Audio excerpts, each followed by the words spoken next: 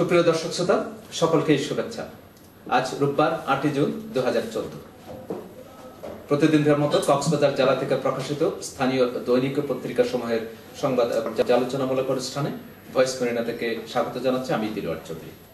আজকে আমাদের স্টুডিওতে অতিথি হিসেবে উপস্থিত রয়েছেন কক্সবাজার জেলার বিশিষ্ট সাংবাদিক, জ্যেষ্ঠ সাংবাদিক এবং কক্সবাজার প্রেস ক্লাবের সাবেক সভাপতি জনাব বদিউল আলম। জনাব বদিউল আলম, আপনাকে স্বাগত জানাচ্ছি। আপনাকে ধন্যবাদ। আজকে আমাদের হাতে 14টি পত্রিকা এসে পৌঁছেছে। আমরা প্রথমে শিরোনামগুলো একটু দেখে নিই। দৈনিক কক্সবাজার, পল্লী বিদ্যুৎ কর্মকর্তাদের দুর্নীতিতে অতিষ্ঠ মানুষ, 3 মাস ধরে মিটার দেওয়া বন্ধ। মহেশখালী কয়লা বিদ্যুৎ কেন্দ্র নির্মাণ প্রকল্পে ভূমি অধিগ্রহণ শুরু হচ্ছে। উকিয়া উপকূলে 2 শতাধিক জেলে পরিবার উচ্ছেদ আতঙ্কে। এবার সমুদ্র পথে ইয়াবা পাচার। দৈনিক সমুদ্র বার্তা, দক্ষিণ এশিয়ায় বিনিয়োগের জন্য বাংলাদেশই সেরা, বলেছেন প্রধানমন্ত্রী। জেলায় অবৈধ টমটমের দৌরাত্ম্য, বাড়ছে দুর্ঘটনা। চকুরিয়ায় বিয়ের বাড়িতে ডাকাতি, ডাকাত সন্দেহে ডেকোরেটরসের 7 কর্মচারী আটক। উকিয়ায় কর্মসৃজন প্রকল্পে ব্যাপক দুর্নীতির অভিযোগ। ছোট মহেশখালীতে বসতবাড়ি আগুনে পড়ে ছাই। টেকনাফে মালয়েশিয়া পাচার বন্ধ নেই, আটক 7। দৈনিক সৈকত, কঠোর আন্দোলনের প্রস্তুতি, রমজানের পরই বিএনপি মাঠে। ইয়াবা ও রোহিঙ্গা ঢুকতে বাধাই নাখুশ বিজেপি। মালয়েশিয়ার নামে প্রতারণা বন্ধ নেই, টেকনাফে ফের আটক 7। এখনো দখলমুক্ত হয়নি গর্জনিয়ার সুধন বিশ্বাসের জমি। দৈনিক দৈনন্দিন, 10 কোটি টাকার প্রকল্প হারানোর আশঙ্কা। রক্ষা করতে পৌরসভাকে 15 দিনের আলটিমেটাম দিয়েছে পরিবেশ অধিদপ্তর। মাদক ব্যবসায়ীদের সহযোগিতা করছে মাদকদ্রব্য নিয়ন্ত্রণ অধিদপ্তর। চীনকে গুরুত্বপূর্ণ অংশীদার হিসেবে পেতে চাই বাংলাদেশ। উকিয়ে কর্মসৃজন প্রকল্প আছে, শ্রমিক নেই। দৈনিক আজকের কক্সবাজার, পৌরবাসী হারাচ্ছে 4 কোটি টাকার ডাম্পিং স্টেশন। পৌর মেয়র সরোয়ার কামালের অবহেলাকেই দায়ী করছেন পরিবেশ অধিদপ্তর। শিক্ষার আলো থেকে বঞ্চিত পথকলি শিশুরা, জেলায় শিশু শ্রমজীবীদের সংখ্যা বাড়ছে। চকরিয়ায় বিয়ে বাড়িতে ডাকাতি, বরগণে সহ আহত 8, 20 লক্ষাধিক টাকার মালামাল লুট। উকিয়া উপকূলে 2 শতাধিক জেলে পরিবার উচ্ছেদ আতঙ্কে। আচ্ছা, আমরা আমাদের পৌর এলাকার একটা বিষয় দেখতে পাচ্ছি। কোন পত্রিকায় 10 কোটি টাকা, কোন পত্রিকায় 4 কোটি টাকার ডাম্পিং স্টেশন এবং প্রকল্প, বিভিন্ন প্রকল্প মিলে চলে যাওয়ার একটা সংবাদ বেরিয়েছে। এ ব্যাপারে পরিবেশ অধিদপ্তর 15 দিনের একটা আলটিমেটাম দিয়েছে।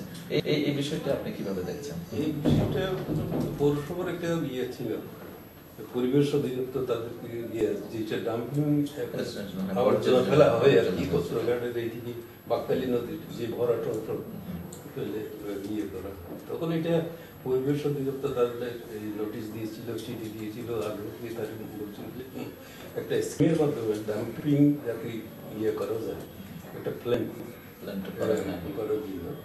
এইটা একটা স্থানীয় সরকার মন্ত্রণালয় আগ্রহ করছিল, একটা স্কিমও তৈরি করেছিল, সেখানে ডাম্পিং এর সুযোগ হবে, মানে পরিবেশ বান্ধব। কিন্তু পৌরসভার ওই যে তদবিরের অভাবে এটা বারবার পিছিয়ে যাচ্ছে। পরিবেশ অধিদপ্তর খুব ক্ষুব্ধ, তাদেরকে আলটিমেটাম দিয়েছে, অবিলম্ব করুন, আমি একটা ডাম্পিং স্টেশন বন্ধ করবো। আচ্ছা, এই বিষয়টা তো তাদের অত্যন্ত, এটা তো আমাদের নাগরিকদের জন্য, নাগরিকদের চাহিদা এবং অত্যন্ত প্রয়োজনীয়, খুবই গুরুত্বপূর্ণ এবং জরুরি বিষয়। আসলে আমাদের পৌর মেয়র বলেন বা জনপ্রতিনিধি যারা আছেন, এই বিষয়তে আরো সক্রিয় এবং উদ্যোগী ভূমিকা, এবং একটি প্রকল্প অলরেডি বরাদ্দ করা হয়েছে।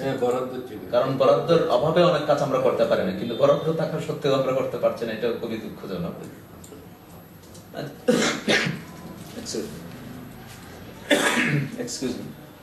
আচ্ছা, আমাদের শিক্ষার আলো থেকে বঞ্চিত হচ্ছে, জেলায় শিশু শ্রমজীবীদের সংখ্যা বাড়ছে বলা হচ্ছে। অনেকদিন থেকে আছে শিশু শ্রমিক আছে আমাদের, যেহেতু আমরা শিক্ষা দিকে পিছিয়ে আছি, আগে থেকে অনেক পিছিয়ে আছি। তো এই জন্য যারা আছে ইন্টেরিয়রে যারা আছে, বিশেষ করে মহেশখালী, টেকনাফ দিকে যারা আছে, এখানে তো শিক্ষিতের হার অনেক কম। এবং বিশেষ করে রোহিঙ্গারা এসে মাস করে বলেছে আমাদের সাথে। তো তাদের যে শিশু সন্তান আছে তারা স্কুল বইনি, তারা স্কুলে যায় না। তো ওদের কি করে বাসা বাড়িতে নতুবা ওই যে বিভিন্ন ওই যে কলকারখানায় বা তাদের সংখ্যার কারণেই আমাদের শিশু শ্রমজীবীদের সংখ্যাটাও বেড়ে যাচ্ছে ওদিক থেকে সংখ্যা বেড়ে যাচ্ছে। এই ক্ষেত্রে অবশ্য শিশু শ্রমের সংখ্যা বেড়ে যাওয়া, শ্রমজীবীদের সংখ্যা বেড়ে যাওয়ার কারণে অর্থনৈতিক কারণও একটি অন্যতম কারণ অবশ্যই আছে।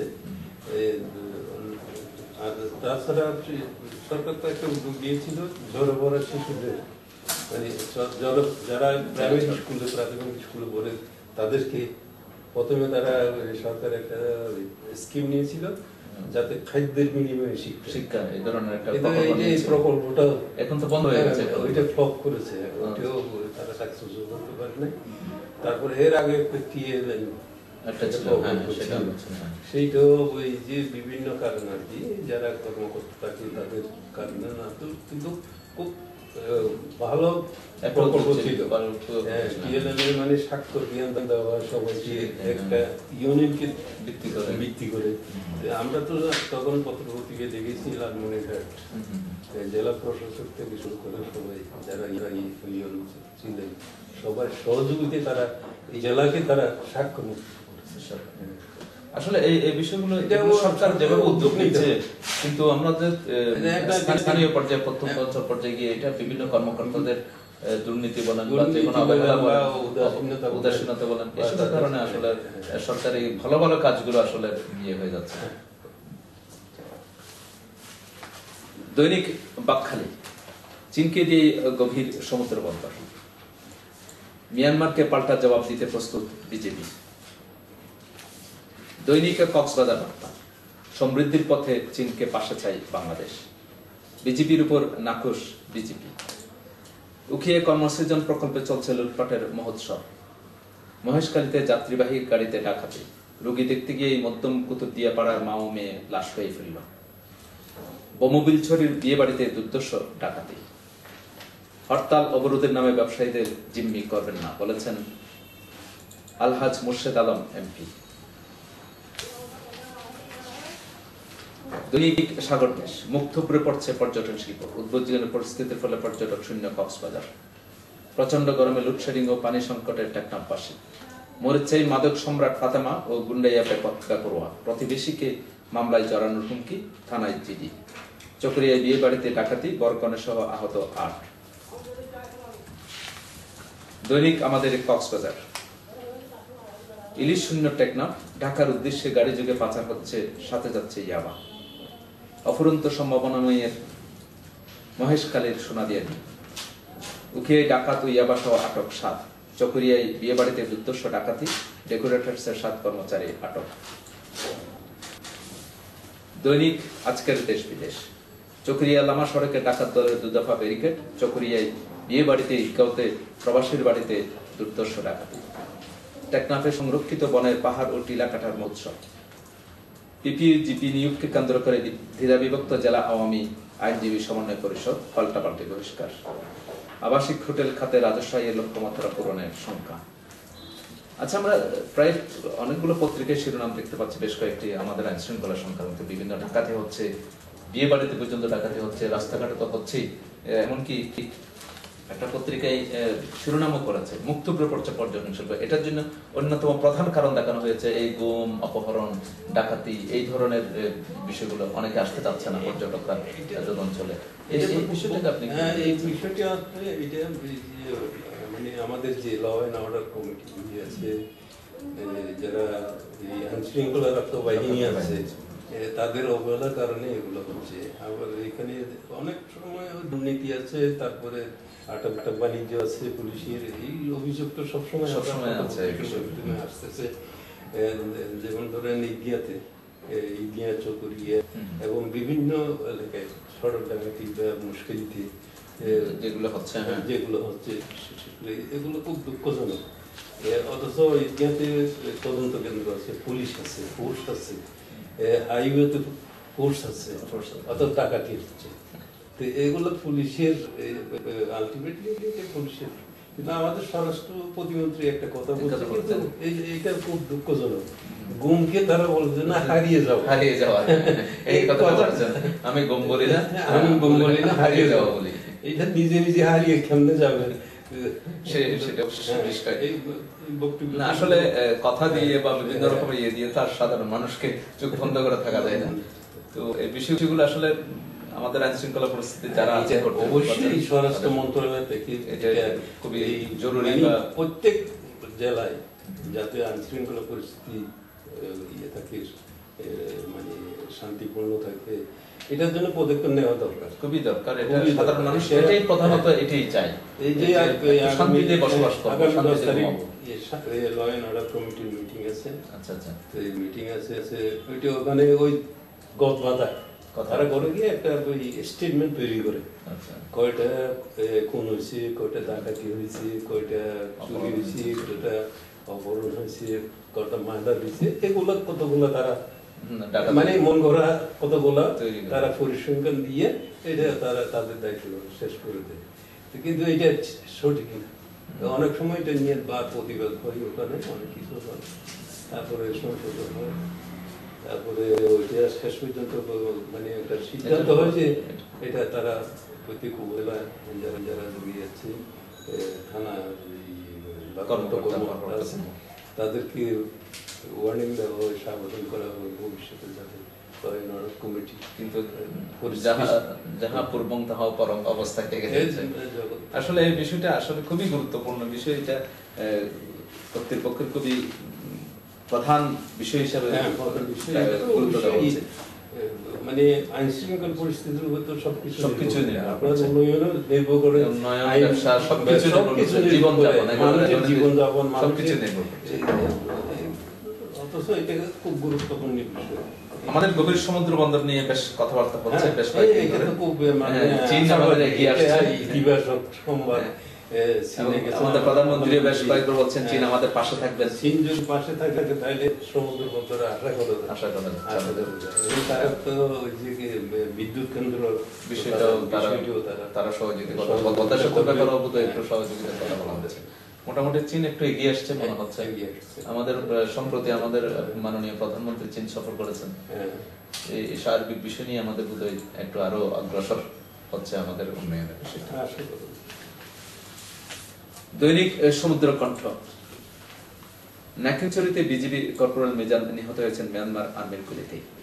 বাংলাদেশের গভীর সমুদ্র বন্দর তৈরি করবে চীন। কুতুবদিয়া সমুদ্র সৈকতে নির্বিচারে বালি উত্তোলন, মারাত্মক ঝুঁকিতে জাও বাগান বেড়িবাঁধ। দৈনিক ইনানি। কক্সবাজার আওয়ামী আইনজীবী পরিষদের গ্রুপিং তুঙ্গে। পেকুয়ার অধিকাংশ বেড়িবাঁধ অরক্ষিত।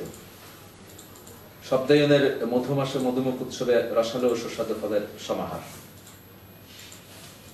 দৈনিক রূপসী গ্রাম। মানব পাচারকারীদের তালিকা তৈরি প্রয়োজন। টেকনাফে 3,51,000 টাকার ইয়াবা উদ্ধার, 5 মালয়েশিয়াগামী আটক। বিনিয়োগের জন্য দক্ষিণ এশিয়ায় বাংলাদেশি সেরা, বলেছেন প্রধানমন্ত্রী। দৈনিক আপন কণ্ঠ। মহেশখালীতে 4 বাড়ি আগুনে ভস্মীভূত, ক্ষয়ক্ষতি 50 লাখ। কক্সবাজারের প্রতিভার কণ্ঠস্বর বাংলাদেশ শুনবে। শিল্পকলা একাডেমির সপ্তাহব্যাপী আবৃত্তি প্রশিক্ষণ সমাপনীতে জেলা প্রশাসক।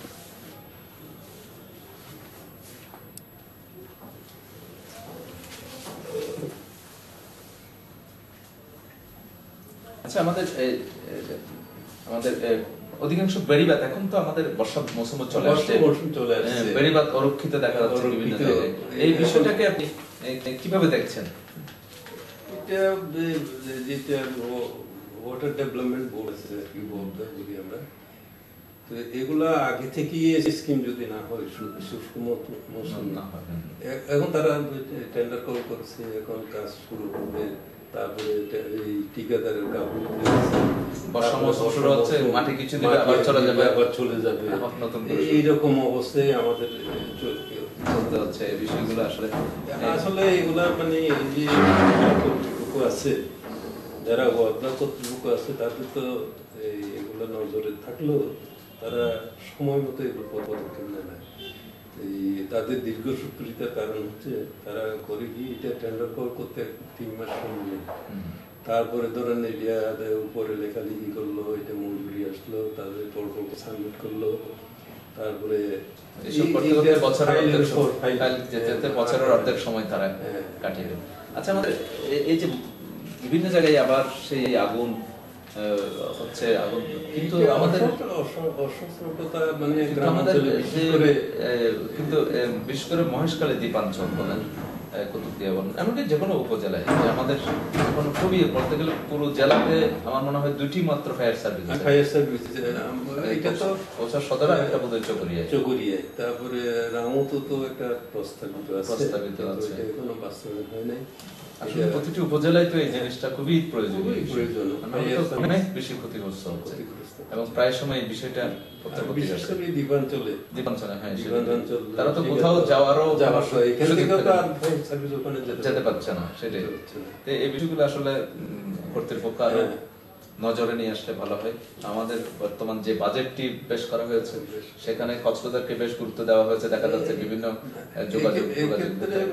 একটা বিষয় হচ্ছে আমাদের যে কতগুলো দাবি দেওয়া বা আমাদের সুযোগ সুবিধা, এগুলো আমাদের নেতৃত্বের কারণে, যারা নেতৃত্বে আছে তাদেরকে এগুলো ফাইট করে নিয়ে আসতে হবে, দাবি আদায় করে নিয়ে আসতে হবে। আমার এলাকায় এইরকম সমস্যাই আছে, এখানে বেরিবাদ দিতে হবে, এখানে রাস্তা করতে হবে, এখানে সার্ভিস হতে হবে, এখানে এটা উপজেলা লেভেল যে ঈদগাতে আপনি চিন্তা করতে অনেক সরকার আসলো চলে গেল, মানে তাদের ওয়াদা করলো, প্রতিশ্রুতি দিল ঈদগাহকে উপজেলা করবে, অথচ ঈদগাতে মানে খুব প্রসিদ্ধ বাণিজ্যিক বেশ কয়েকটা বেশ অবকাঠামো মানে নির্মাণ করার মতো এবং থানা করার মতো এবং উপজেলা করার মতো সব কিছু আছে, অথচ এই যে নেতৃত্বের কারণে হচ্ছে না। কিছুদিন আগে আমরা দেখলাম বিভিন্ন জায়গায় উপজেলা হয়ে গেল, কারণ এটা নেতৃত্ব ছোট এলাকাও হয়ে গেছে, জনসংখ্যা নিয়ে অনেক উপজেলা হয়ে গেছে। এই জন্য আমরা সবসময় দোষারোপ করি যে আমাদের নেতৃত্বের কারণে এগুলো হচ্ছে না। যারা নেতৃত্ব দিচ্ছে তাদের নজরে তো অবশ্যই থাকতে হবে। মানে আমাদের এলাকায় ধরে না রামুর কক্সবাজার রামুর যিনি আছেন তাকে এটা দেখতে হবে কোথায় সুযোগ সুবিধা, কোথায় করতে হবে, এটা একটা একজন জনপ্রতিনিধি 5 বছরের জন্য নির্বাচিত, তিনি 5 বছর কি কি কাজ করবেন, কি কাজ করবেন, প্রাধান্য কোন অগ্রাধিকার ভিত্তিতে কি কাজটি করবেন, সেই বিষয়গুলো তাদের নিজের থেকে একটা প্ল্যান নিয়ে তাহলে উন্নয়নটা সুশৃঙ্খল হবে বলে আমি মনে করি। তো ধন্যবাদ জনাব বদিউল আলম, আপনি আমাদেরকে এতক্ষণ সময় দেওয়ার জন্য। আপনাকেও ধন্যবাদ। সুপ্রিয় দর্শক শ্রোতা, এতক্ষণ আপনারা সংবাদ পর্যালোচনামূলক অনুষ্ঠান দেখলেন। এই অনুষ্ঠান দেখার জন্য এবং ভয়েস মেরিনার যে কোনো অনুষ্ঠান দেখার জন্য ভিজিট করুন www.voicemarina.com। আপনাদের সাথে আবার দেখা হবে একই সময়ে নতুন কোনো সংবাদ নিয়ে আগামীকাল। সকলকেই ধন্যবাদ, সবাই সুস্থ থাকুন, নিরাপদে থাকুন।